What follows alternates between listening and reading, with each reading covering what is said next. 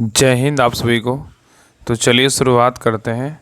आज के इस क्लास में unique publication Bihar police driver के लिए प्रैक्टिस सेट कंप्लीट करेंगे। और इस बुक में जो है ना, आज के इस क्लास में प्रैक्टिस सेट नंबर 3 देखेंगे। तो सभी लोग ध्यानपूर्वक पूरी क्लास को देखिएगा और अंत तक क्लास को ज़रूर देखिएगा। और क्लास अच्छा लगेगा तो सभी लोग लाइक शेयर सब्सक्राइब जरूर कीजिएगा। और इसके पहले देखिए, इस बुक में सेट 1 और सेट 2 करवा चुके हैं, तो जाके प्लेलिस्ट चेक कीजिएगा, आपको दोनों क्लास मिल जाएगा। तो चलिए शुरुआत करते हैं। मॉडल प्रैक्टिस सेट नंबर कितना है? तो 3 है। तो देखिए, प्रैक्टिस सेट नंबर 3 का पहला क्वेश्चन करा है कि 78वां कांस फिल्म महोत्सव फ्रांस 2025 में सर्वश्रेष्ठ फिल्म का पाल्म डी और पुरस्कार किससे दिया गया, बताइए। क्वेश्चन करा है कि 78वां कांस फिल्म महोत्सव फ्रांस 2025 में सर्वश्रेष्ठ फिल्म का पाल्म डी और पुरस्कार किसे दिया गया, बताइए। किसको दिया गया है? तो एक का सही उत्तर होगा option number 1, an simple accident को दिया गया है। ठीक है। नेक्स्ट आएगा कि वेसल रोटरडम एवं स्टॉकहोम कन्वेंशन का conference of the parties COP 2025 कहाँ आयोजित हुआ है, बताइए। करा वेसल रोटरडम एवं स्टॉकहोम BRS कन्वेंशन का कॉन्फ्रेंस ऑफ द पार्टीज 2025 कहाँ आयोजित हुआ है, बताइए। तो 2 का सही उत्तर होगा ऑप्शन नंबर 1, कहाँ हुआ है? जेनेवा में हुआ है। नेक्स्ट आइए करा कि ग्लोबल फायर पावर इंडेक्स 2025 में भारत का रैंक कौन सी है, बताइए। क्वेश्चन कर रहा है कि ग्लोबल फायर पावर इंडेक्स 2025 में भारत का स्थान क्या है, बताइए। तो 3 का सही उत्तर होगा ऑप्शन नंबर 1, क्या स्थान है? तो चौथा स्थान है। कितना स्थान है? तो चौथा है। नेक्स्ट आइए कर रहा है कि जून 2025 में किस राज्य में 24 मिलियन वर्ष पुराना पोगिया फूल देने वाले पौधे की पत्तियों का जीवाश्म की खोज की गई, बताइए। क्वेश्चन कर रहा है कि जून 2025 में किस राज्य में 24 मिलियन वर्ष पुराना पोगिया फूल देने वाले पौधे की जो है ना पत्तियां जीवाश्म की खोज की गई, बताइए। कौन सा राज्य है? तो 4 का सही उत्तर होगा ऑप्शन नंबर बी, कौन सा राज्य है? तो असम है। नेक्स्ट आएगा है कि ग्लोबल जेंडर गैप इंडेक्स 2025 में भारत का स्थान कौन सा है, बताइए। Global gender gap index Bharat में, मतलब भारत में स्थान जो है कौन सा है, बताइए। ग्लोबल जेंडर गैप इंडेक्स में बताइए भारत का स्थान क्या है, बताइए। तो 5 का सही उत्तर होगा ऑप्शन नंबर 1, कितना स्थान? 131वां स्थान है। नेक्स्ट आइए करा कि 14 मई 2025 से भारत के 52वें मुख्य न्यायाधीश कौन बने हैं, बताइए। करा 14 मई 2025 से भारत के 52वें मुख्य न्यायाधीश कौन बने हैं, बताइए। तो 6 का सही उत्तर होगा ऑप्शन नंबर क्या होगा? तो डी, BR गवई बने। कौन बने? BR गवई बने हैं। नेक्स्ट आइए करा कि 15 मई 2025 को संघ लोक सेवा आयोग के नए अध्यक्ष कौन बने, बताइए। 15 मई 2025 को संघ लोक सेवा आयोग के नए अध्यक्ष कौन बने हैं? तो 7 का सही उत्तर होगा ऑप्शन नंबर 1, अजय कुमार बने। कौन बने? अजय कुमार बने हैं। नेक्स्ट आइए करा कि अप्रैल 2025 में भारतीय नौसेना का संयुक्त अभ्यास 1 में किन 2 देशों के साथ हुआ है, बताइए। करा अप्रैल 2025 में भारतीय नौसेना का संयुक्त अभ्यास 1 में किन 2 देशों के साथ हुआ है, बताइए। तो 8 का सही उत्तर होगा ऑप्शन नंबर बी, अफ्रीकी देशों के साथ हुआ है। नेक्स्ट आइए करा कि 21 से 24 अप्रैल 2025 तक JD वेंस भारत के आधिकारिक यात्रा पर थे, वे हैं क्या, बताइए। करा 21 से 24 अप्रैल 2025 तक JD वेंस भारत के आधिकारिक यात्रा पर थे, वे कौन है? ऑप्शन को देखिए और आंसर बताइए क्या होगा। JD वेंस कौन थे, बताइए। तो 9 का सही उत्तर क्या होगा? तो ऑप्शन नंबर बी होगा, अमेरिका के जो है उपराष्ट्रपति थे। कौन थे? अमेरिका के उपराष्ट्रपति थे। नेक्स्ट आइए करें 27 अप्रैल 2025 को सिप्री द्वारा trends in world military expenditure 2024 शीर्षक से जारी रिपोर्ट के अनुसार विश्व में सर्वाधिक सैन्य खर्च करने वाले देशों में भारत का स्थान कौन सा स्थान है, बताइए। करें 27 अप्रैल 2025 को सिप्री द्वारा trends in world military expenditure 2024 शीर्षक से जारी रिपोर्ट के अनुसार विश्व में सर्वाधिक सैन्य खर्च करने वाले देशों में भारत का स्थान क्या है, बताइए। तो 10 का सही उत्तर होगा ऑप्शन नंबर बी, कौन सा स्थान है? तो 5वां स्थान है। नेक्स्ट क्वेश्चन पे अगर बंगाल में अस्थायी बंदोबस्त किस वर्ष आरंभ किया गया था, बताइए। करा कि बंगाल में अस्थायी बंदोबस्त किस वर्ष आरंभ किया गया था, बताइए। कब किया गया था? तो 11 का सही उत्तर होगा ऑप्शन नंबर सी, कब किया? 1793 ईस्वी में किया गया था। 1793 ईस्वी में अस्थायी बंदोबस्त की पद्धति लागू की गई, जिसके तहत जमींदारों को अब भूरास्व का 89% कंपनी को तथा 11% अपने पास रखता था। ठीक है, याद रखिएगा। नेक्स्ट आइए करें कान्हा राष्ट्रीय उद्यान। कान्हा राष्ट्रीय उद्यान किस राज्य में स्थित है, बताइए। कान्हा राष्ट्रीय उद्यान किस राज्य में स्थित है, बताइए। तो 12 का सही उत्तर होगा ऑप्शन नंबर बी, कहाँ है? तो मध्य प्रदेश में। कहाँ है? तो मध्य प्रदेश में। कान्हा बोलेगा तो कहाँ है? मध्य प्रदेश में। मानस बोलेगा तो असम में है। और रणथंभौर बोलेगा तो कहाँ है? राजस्थान में है। और भोरम देव बोलेगा तो कहाँ है? छत्तीसगढ़ में है। नेक्स्ट आइए करा अलेक्जेंडर ने भारत पर आक्रमण कब किया था, बताइए। अलेक्जेंडर ने भारत पर आक्रमण कब किया था बताइए। तो 13 का सही उत्तर होगा ऑप्शन नंबर ए, ईसा से जो है ना 326 ईसा पूर्व में किया था। ठीक है, तो अलेक्जेंडर या सिकंदर महान 326 ईसा पूर्व में हिंदुकुश पर्वत पार कर भारतीय सीमा में प्रवेश किया था। तहाँ तक्षशिला का शासक अम्भी ने आत्मसमर्पण के साथ सिकंदर का जो है ना स्वागत किया था। नेक्स्ट ये करा कि भारतीयों द्वारा संचालित प्रथम बैंक था कौन सा बताइए। करा भारतीयों द्वारा संचालित प्रथम बैंक था कौन था बताइए। तो 14 का सही उत्तर क्या होगा। तो 14 का सही उत्तर होगा option number 1, Punjab national bank था। क्या था, पंजाब नेशनल बैंक था। तो पूर्ण रूप से पहला भारतीय जो है ना बैंक कौन था, पंजाब नेशनल बैंक था। और इसकी स्थापना बोलेगा तो 1894 ईस्वी में की गई थी। और भारत का पहला यूरोपीय आधार पर स्थापित बैंक बोलेगा तो क्या होगा, भारत बैंक ऑफ क्या है, हिंदुस्तान होगा। जबकि आंशिक रूप से भारतीय पूंजी में स्थापित प्रथम बैंक बोलेगा तो बैंक जो है ना 1881 का अवध कॉमर्शियल बैंक था। ठीक है, तो ये सारे पॉइंट ना याद रखिएगा। चलिए आगे देखते हैं कि बांदीपुर प्रोजेक्ट टाइगर रिजर्व किस राज्य में स्थित है बताइए। बांदीपुर प्रोजेक्ट टाइगर रिजर्व किस राज्य में स्थित है बताइए। तो 15 का सही उत्तर होगा ऑप्शन नंबर सी, बांदीपुर कहाँ है, तो कर्नाटक में है। ठीक है, और कान्हा किसली बोलेगा तो कहाँ है, मध्य प्रदेश में है। मुकुंदरा हिल्स बोलेगा तो कहाँ है, राजस्थान में है। नेक्स्ट सही करा कि 1906 ईस्वी में कांग्रेस के वार्षिक अधिवेशन की अध्यक्षता किसने की थी बताइए। करा 1906 ईस्वी में कांग्रेस के वार्षिक अधिवेशन की अध्यक्षता किसने की थी बताइए। तो 16 का सही उत्तर होगा ऑप्शन नंबर सी, दादा भाई नौरोजी ने किया था। कौन किया था, दादा भाई नौरोजी ने किया था। तो याद रखिएगा 1906 ईस्वी में कलकत्ता में हुए कांग्रेस अधिवेशन की अध्यक्षता दादा भाई नौरोजी की ने पहली बार स्वराज की मांग जो है ना प्रस्तुत किया था। ठीक है, नेक्स्ट ये करा कि किस मामले में सर्वोच्च न्यायालय ने संविधान के प्रावधानों को निरस्त किया जो मूलभूत अधिकारों का निर्देशक सिद्धांतों के प्रभुत्व को जो है ना मंजूर दे करते हैं बताइए। करा किस मामले में सर्वोच्च न्यायालय ने संविधान के प्रावधानों को निरस्त किया जो मूलभूत अधिकारों पर निर्देशक सिद्धांतों की प्रभुत्वता को मंजूर करते थे बताइए। ऑप्शन को देखिए, आंसर बताइए क्या होगा। 17 का सही उत्तर होगा ऑप्शन नंबर क्या हो जाएगा, तो डी होगा, मिनर्वा मिल्स केस था। क्या था, मिनर्वा मिल्स केस था। नेक्स्ट सही करा कि संविधान के अनुसार एक राष्ट्रीय आपातकाल ऑपरेशन में क्या रह सकता है बताइए, मतलब कितना रह सकता है। करा संविधान के अनुसार एक राष्ट्रीय आपातकाल ऑपरेशन में कितना रह सकता है बताइए।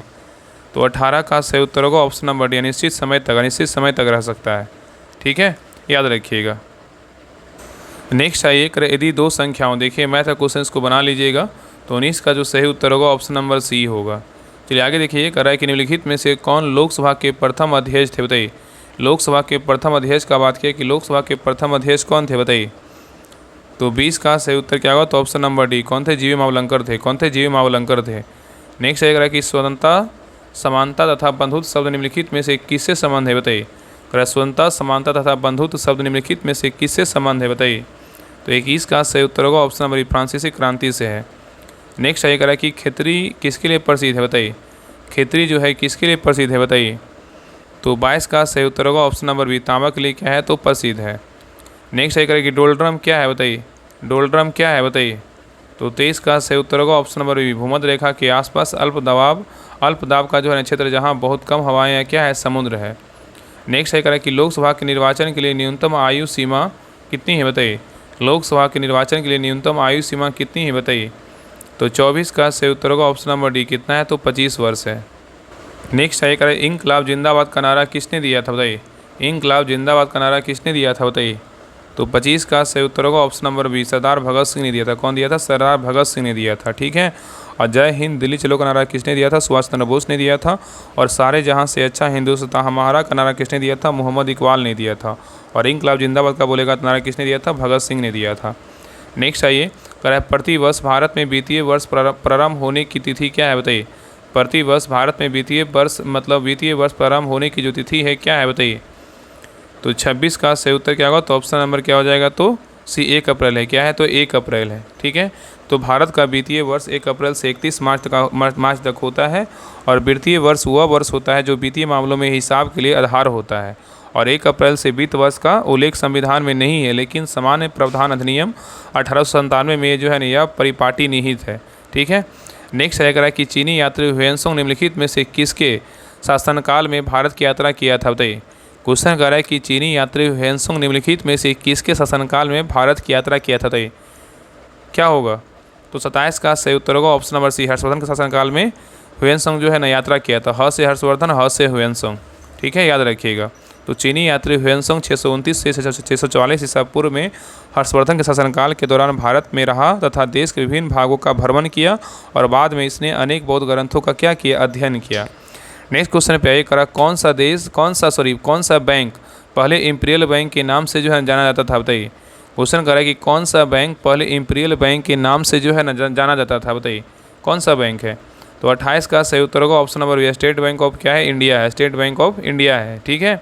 तो प्रेसिडेंसी बैंक ऑफ बंगाल की स्थापना 1806 में और प्रेसिडेंसी बैंक ऑफ बम्बई का स्थापना 1840 में एवं प्रेसिडेंसी बैंक ऑफ मद्रास का स्थापना 1843 को मिलाकर 1921 में जो है ना ये तीनों बैंक जो है ना, bank of Bengal, bank of Bombay, bank of Madras, ये तीनों बैंक को मिलाकर जो है ना 1921 में इंपीरियल बैंक गठन किया गया इंपीरियल बैंक का। और स्वतंत्रता प्राप्ति के पश्चात 1 जुलाई 1955 में इसका अधिग्रहण करते हुए इसका नाम भारतीय स्टेट बैंक रखा गया, ठीक है। चलिए आगे देखते हैं। नेक्स्ट करा कि प्रेमचंद द्वारा लिखित उपन्यास कौन सा है, बताइए। प्रेमचंद द्वारा लिखित उपन्यास कौन सा है। तो 29 का सही उत्तर होगा ऑप्शन नंबर क्या होगा, तो यहाँ पे ना सी हो जाएगा। 1, 3 और 4 है प्रेम। यहाँ पे बात करें कि प्रेमाश्रय किसका है, तो प्रेमचंद्र का है।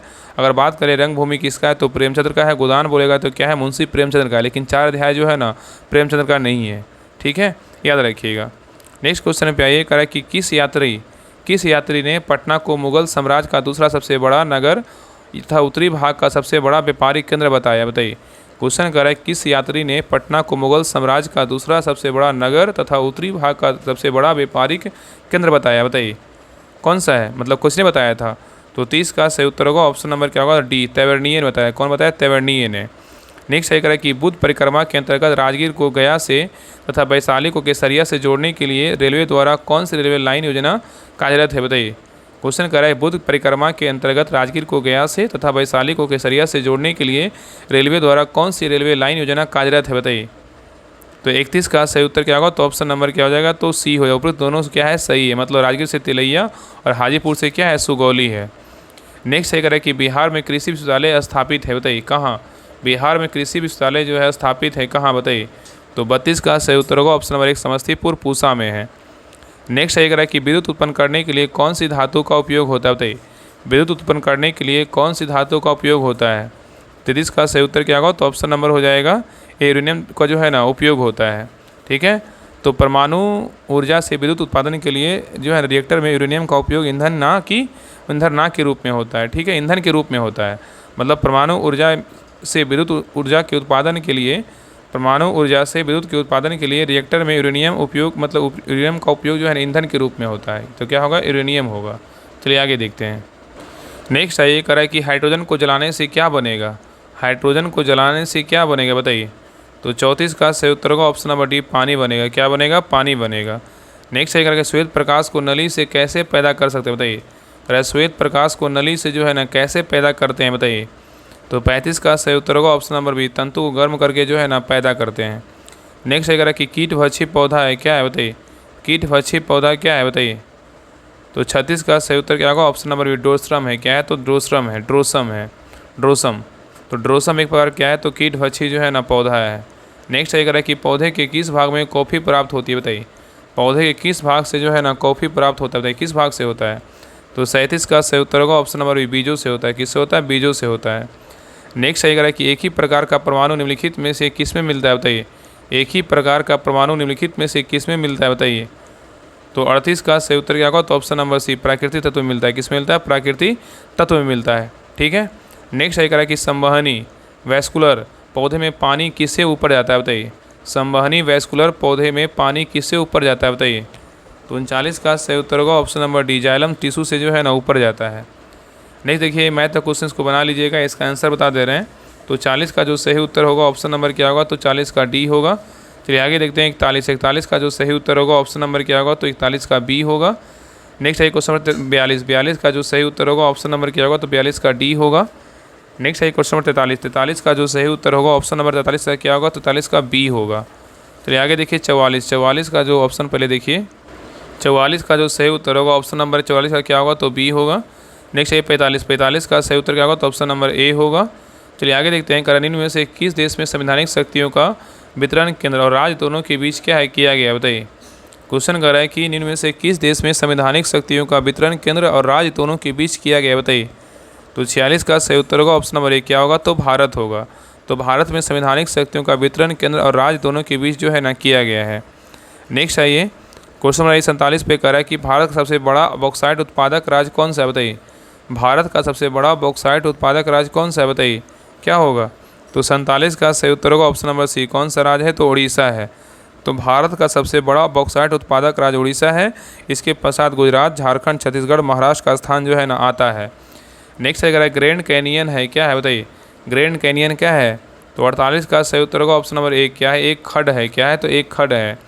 नेक्स्ट है कि पनामा नहर जोड़ती है, किसको किसको जोड़ता है, बताइए पनामा नहर किसको किसको जोड़ता है। तो 49 का सही उत्तर होगा ऑप्शन नंबर एक। प्रशांत महासागर को एवं अटलांटिक महासागर को कौन सी नहर जोड़ती है, तो पनामा नहर जोड़ती है। नेक्स्ट है क्वेश्चन 50 सही करा है, हिमालय का पर्वतपदीय प्रदेश जो है ना फुट हिल्स रीजन है क्या है, बताइए हिमालय का पर्वतपदीय प्रदेश है क्या है, बताइए। तो 50 का सही उत्तर होगा ऑप्शन नंबर बी। क्या है, तो शिवालिक है। नेक्स्ट है करा कि आम्र वर्षा क्या है, बताइए आम्र वर्षा है क्या है, बताइए। तो 51 का सही उत्तर होगा ऑप्शन नंबर सी। क्या है, बिहार एवं बंगाल में मार्च अप्रैल में होने वाली क्या है, तो वर्षा है। तो आम्र वर्षा क्या है, तो बिहार एवं बंगाल में मार्च अप्रैल में होने वाली क्या है, तो वर्षा है। नेक्स्ट है कि भारतीय राष्ट्रीय कांग्रेस के संस्थापक थे, ये क्या थे, बताइए भारतीय राष्ट्रीय कांग्रेस के संस्थापक थे, ये क्या थे, बताइए। तो 52 का सही उत्तर होगा ऑप्शन नंबर एक। असैनिक जो है ना सेवक थे। क्या थे, ये असैनिक सेवक थे। ठीक है, याद रखें एओ हुम और उनके साथियों ने 1885 ईस्वी में कांग्रेस की स्थापना की और एओ हुम एक सिविल सेवक थे। क्या थे, एक सिविल जो है ना सेवक थे। नेक्स्ट आइए कह कि भगत सिंह, राजगुरु तथा सुखदेव को फांसी दी गई थी, कब, बताइए कौन सा, कब मतलब कौन सा ईस्वी में दिया गया था, जो मार्च महीना था, बताइए। कह भगत सिंह, राजगुरु तथा सुखदेव को फांसी दी गई थी, मार्च कब, बताइए। तो 53 का सही उत्तर होगा ऑप्शन नंबर सी। मार्च 1931 ईस्वी में दिया गया था। नेक्स्ट है कि एक ही भूमि पर एक साथ दो या दो से अधिक फसलें उगाना कौन सी प्रणाली से जो है संबंधित है, बताइए। क्वेश्चन करा एक ही भूमि पर एक साथ दो या दो से अधिक फसलें उगाना कौन सी फसल प्रणाली से क्या है संबंधित है, बताइए। तो 54 का सही उत्तर होगा ऑप्शन नंबर एक। मिश्रित प्रणाली से क्या है, तो संबंधित है। नेक्स्ट आइए कराए कि स्वराज पार्टी गठन जो है ना किसकी सफलता के बाद हुआ था, बताइए। कराए कि स्वराज पार्टी का जो गठन था किसके सफलता के बाद हुआ था। तो 55 का सही उत्तर होगा ऑप्शन नंबर एक। असहयोग आंदोलन की जो है ना सफलता के बाद हुआ था। नेक्स्ट है कि INA की स्थापना हुई थी, कब, बताइए INA का जो स्थापना हुआ था कब हुआ था। तो 56 का सही उत्तर होगा ऑप्शन नंबर सी। सिंगापुर में हुआ था। कहाँ हुआ था, सिंगापुर में हुआ था।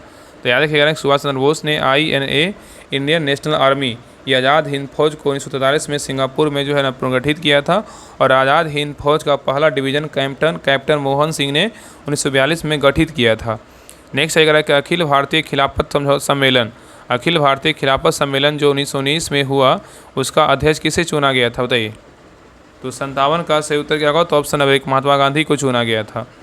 नेक्स्ट है ये कह रहा है कि अधिकतम नरमपंथी नेता कौन थे, बताइए अधिकतम नरमपंथी नेता कौन थे। तो 58 का सही उत्तर होगा ऑप्शन नंबर 20। शहरी क्षेत्रों से थे। कहाँ से, शहरी क्षेत्रों से थे। नेक्स्ट है कह रहा है कि 1857 के विद्रोह का बिहार में 15 जुलाई 1857 से अप्रैल 1858 तक केंद्र था, बताइए कहाँ था। कह रहा है कि 1857 के विद्रोह का बिहार में 15 जुलाई 1857 से अप्रैल 1858 तक का केंद्र था, बताइए कौन था। तो 59 का सही उत्तर होगा ऑप्शन नंबर डी। कौन सा, जगदीशपुर था। क्या था, जगदीशपुर था। नेक्स्ट है कह रहा है कि इन्हीं में से कौन सा भारत का राष्ट्रीय जलीय जंतु है, बताइए भारत का राष्ट्रीय जो है ना जलीय जंतु कौन सा है, बताइए। तो 60 का सही उत्तर होगा ऑप्शन नंबर एक। कौन सा है, तो रिवर डॉल्फिन है। क्या है, तो रिवर डॉल्फिन है। अब आगे देखिए यहाँ से जो है ना मोटर व्हीकल और पार्ट से जो है ना क्वेश्चन यहाँ से स्टार्ट हो गया 61 से। तो देखिए यहाँ से जो है ना सारे क्वेश्चन इंपॉर्टेंट है। तो देखिए क्वेश्चन नंबर 61 क्या कर रहा है, मोटर वाहन अधिनियम 2019 के अनुसार हेलमेट ना पहनने पर जुर्माना कितना है, बताइए। कह रहा है मोटर वाहन अधिनियम 2019 के अनुसार हेलमेट ना पहनने पर जुर्माना जो है ना कितनी राशि, बताइए। तो 61 का सही उत्तर होगा ऑप्शन नंबर बी। कितना, 1000 रुपया है। नेक्स्ट है कह रहा है यदि कोई ड्राइवर बिना लाइसेंस के गाड़ी चलाता है तो उस पर कितना जुर्माना लगाया जा सकता है, बताइए। कह रहा है यदि कोई ड्राइवर बिना लाइसेंस के गाड़ी चलाता है तो उस पर कितना जुर्माना लगाया जाता है, बताइए। तो 62 का सही उत्तर होगा ऑप्शन नंबर बी। 2000 रुपये जो है जुर्माना लगाया जाता है। नेक्स्ट है कह रहा है कि नो पार्किंग संकेत क्या दर्शाता है, बताइए नो पार्किंग संकेत क्या दर्शाता है। तो 63 का सही उत्तर होगा ऑप्शन नंबर सी। उस क्षेत्र में वाहन खड़ा करना क्या है, तो मना है। नेक्स्ट है कि सड़क पर पीली टूटी हुई रेखा क्या अर्थ होता है, बताइए। सड़क पर पीली टूटी हुई रेखा का क्या अर्थ होता है, बताइए। तो 64 का सही उत्तर क्या होगा, तो ऑप्शन नंबर हो जाएगा क्या हो जाएगा, तो सी होगा। ओवरटेक की जो है अनुमति है। क्या है, ओवरटेक की क्या है, तो अनुमति है। ठीक है, तो सड़क पर पीली टूटी हुई रेखा का क्या अर्थ होता है? तो ओवरटेक की क्या है? तो अनुमति है। तो टूटी हुई पीली लाइन दर्शाती है कि वाहन चालक जो है ओवरटेक कर सकता है, और यह लाइनें आमतौर पर दोनों दिशाओं के ट्रैफिक के बीच होती है। नेक्स्ट आइए, कह रहा है कि गाड़ी चलाते समय मोबाइल फ़ोन का प्रयोग करने पर कितना जुर्माना है? बताइए। गाड़ी चलाते समय मोबाइल फ़ोन का प्रयोग करने में कितना जुर्माना है? बताइए। तो 65 का सही उत्तर होगा ऑप्शन नंबर डी। कितना है? तो 5,000 रुपये क्या है? जुर्माना है। नेक्स्ट है कह रहा है कि सीट बेल्ट ना पहनने पर कितना जुर्माना हो सकता है? बताइए। सीट बेल्ट ना पहनने पर कितना जुर्माना हो सकता है? बताइए। तो 66 का सही उत्तर होगा ऑप्शन नंबर सी। कितना होता है? 1,000 रुपये जो है ना हो सकता है जुर्माना। नेक्स्ट है कह रहा है कि स्टॉप संकेत किसके लिए होता है? बताइए। स्टॉप संकेत जो है ना किसके लिए होता है? तो 67 का सही उत्तर होगा ऑप्शन नंबर बी। रुकने का जो है ना आदेश देता है। नेक्स्ट आइए, एक लाइसेंसी धारी की न्यूनतम आयु दोपहिया वाहन चलाने के लिए कितनी होनी चाहिए? बताइए। एक लाइसेंसी धारी की न्यूनतम आयु दोपहिया वाहन चलाने के लिए कितनी होनी चाहिए? बताइए। तो 68 का सही उत्तर होगा ऑप्शन नंबर 1। 16 वर्ष होनी चाहिए। कितनी होनी चाहिए? तो 16 वर्ष होनी चाहिए। तो 50 सीसी से कम क्षमता वाले दोपहिया वाहन चलाने के लिए 16 वर्ष की आयु आवश्यक है। ठीक है, और 18 वर्ष से ऊपर के व्यक्ति सभी प्रकार के निजी वाहन के लिए योग्य होते हैं। नेक्स्ट है कि मोटर वाहन अधिनियम में PUC प्रमाण पत्र क्या है? बताइए। मोटर वाहन अधिनियम में PUC प्रमाण पत्र क्या है? बताइए। तो 69 का सही उत्तर होगा ऑप्शन नंबर बी। क्या है? प्रदूषण नियंत्रण क्या है? प्रमाण पत्र है। और यहाँ पर अगर इसका इंग्लिश में बात करें क्या होता है? PUC का पॉल्यूशन अंडर कंट्रोल होता है। क्या होता है? पॉल्यूशन अंडर कंट्रोल होता है, और हिंदी में बोलेगा प्रदूषण नियंत्रण प्रमाण पत्र होता है। नेक्स्ट ये कह रहा है कि हॉर्न प्रोहिबिटेड चिन्ह का क्या अर्थ है? बताइए। हॉर्न प्रोहिबिटेड चिन्ह का जो है ना क्या अर्थ है? बताइए। तो 70 का सही उत्तर क्या होगा? 70 का सही उत्तर होगा ऑप्शन नंबर बी। हॉर्न बजाना क्या है? तो मना है। नेक्स्ट आइए, कह रहा है तीव्र गति सीमा संकेत किस रंग और आकार में होता है? बताइए। तीव्र गति सीमा संकेत किस रंग और आकार में होता है? बताइए। तो 71 का सही उत्तर होगा ऑप्शन नंबर बी। लाल घेरे में गोल होता है। ठीक है, तो तीव्र गति सीमा संकेत चेतावनी निषेधात्मक संकेत होता है, और यह गोलाकार और क्या है? लाल सीमा में होता है। ठीक है, नेक्स्ट आइए, कह रहा है कि वाहन अधिनियम के अनुसार ओवरलोडिंग पर कौन सा दंड लागू होता है? बताइए। कह रहा है कि वाहन अधिनियम के अनुसार ओवरलोडिंग पर कौन सा दंड लागू होता है? बताइए। तो 72 का सही उत्तर होगा ऑप्शन नंबर बी। 2,000 रुपये प्रति किलोमीटर लागू होता है। तो याद रखिए ना कि मोटर वाहन अधिनियम 2019 के अनुसार ओवरलोडिंग पर दंड जो है ना बढ़ा दिया गया है, और यह 200 रुपये प्रति टन प्रति किलोमीटर के हिसाब से जो है लागू होता है। नेक्स्ट आएगा कि न्यू मोटर व्हीकल एक्ट 2019 के तहत हेलमेट ना पहनने पर पहली बार कितना जुर्माना है? बताइए। तो 73 का सही उत्तर होगा ऑप्शन नंबर बी। कितना है? तो 1,000 रुपया है। नेक्स्ट आएगा कि नीचे दिए गए में कौन सा चेतावनी चिन्ह नहीं है? बताइए। कह नीचे दिए गए में से कौन सा चेतावनी चिन्ह नहीं है? बताइए, कौन नहीं है? तो 74 का सही उत्तर क्या होगा? Option number D. पार्किंग चिन्ह जो है ना नहीं है, लेकिन तिराहा, रेलवे फाटक, गति अवरोधक क्या है? तो है। तो याद रखना कि चेतावनी संकेत त्रिकोणीय होते हैं और खतरे की जो है ना सूचना देते हैं, और पार्किंग चिन्ह क्या है? एक सूचना चिन्ह होता है, चेतावनी चिन्ह नहीं होता है, और यह नीले रंग में P अक्षर के रूप में जो है ना होता है। चलिए आगे देखते हैं। नेक्स्ट कह रहा है कि सड़क पर पीली रेखाएं दर्शाती, बताइए क्या दर्शाता है? सड़क पर पीली रेखाएं दर्शाती, बताइए क्या दर्शाता है? तो 75 का सही उत्तर होगा ऑप्शन नंबर 1। ओवरटेकिंग निषेध जो है ना दर्शाता है। नेक्स्ट कह रहा है कि बिना बीमा के वाहन चलाने पर जुर्माना क्या है? बताइए। बिना बीमा के वाहन चलाने का जो जुर्माना है क्या है? बताइए। 76 का सही उत्तर होगा ऑप्शन नंबर डी। कितना? 2,000 रुपये, और क्या है? 3 महीने की जो है ना कैद है। नेक्स्ट कह रहा है किस चिन्ह में यू टर्न लेना मना है संकेत दिया जाता है? बताइए। कह रहा है किस चिन्ह में यू टर्न लेना मना है संकेत दिया जाता है? बताइए कैसा संकेत होता है? तो 77 का सही उत्तर क्या होगा? तो ऑप्शन नंबर हो जाएगा ए। लाल सीमा के भीतर यू का जो है ना चिन्ह होता है। ठीक है, नेक्स्ट है कि ट्रैफिक लाइट में पीली बत्ती का क्या अर्थ है? बताइए। ट्रैफिक लाइट में पीली बत्ती का अर्थ क्या है? बताइए। तो 78 का सही उत्तर होगा ऑप्शन नंबर सी। सावधान रहना, आगे बढ़ने की जो है ना तैयारी करना। नेक्स्ट है कि वाहन में रेडियम रिफ्लेक्टर किस लिए लगाए जाते हैं? बताइए। वाहन में रेडियम रिफ्लेक्टर किस लिए लगाए जाते हैं? तो 79 का सही उत्तर होगा ऑप्शन नंबर सी। रात में दृष्टा के लिए लगाए जाते हैं। ठीक है, नेक्स्ट है कि सड़क दुर्घटना में घायल व्यक्ति की मदद नहीं करना किस धारा के अंतर्गत अपराध है? बताइए। कह रहा है कि सड़क दुर्घटना में घायल व्यक्ति की मदद नहीं करना किस धारा के अंतर्गत अपराध है? बताइए। तो 80 का सही उत्तर होगा ऑप्शन नंबर डी। धारा कितना? 134 है। नेक्स्ट है कि इंजन में ओवरहीटिंग का सबसे संभावित कारण क्या है? बताइए। इंजन में ओवरहीटिंग का सबसे संभावित कारण क्या है? बताइए। तो 81 का सही उत्तर होगा ऑप्शन नंबर सी। रेडिएटर में पानी की क्या है? कमी है।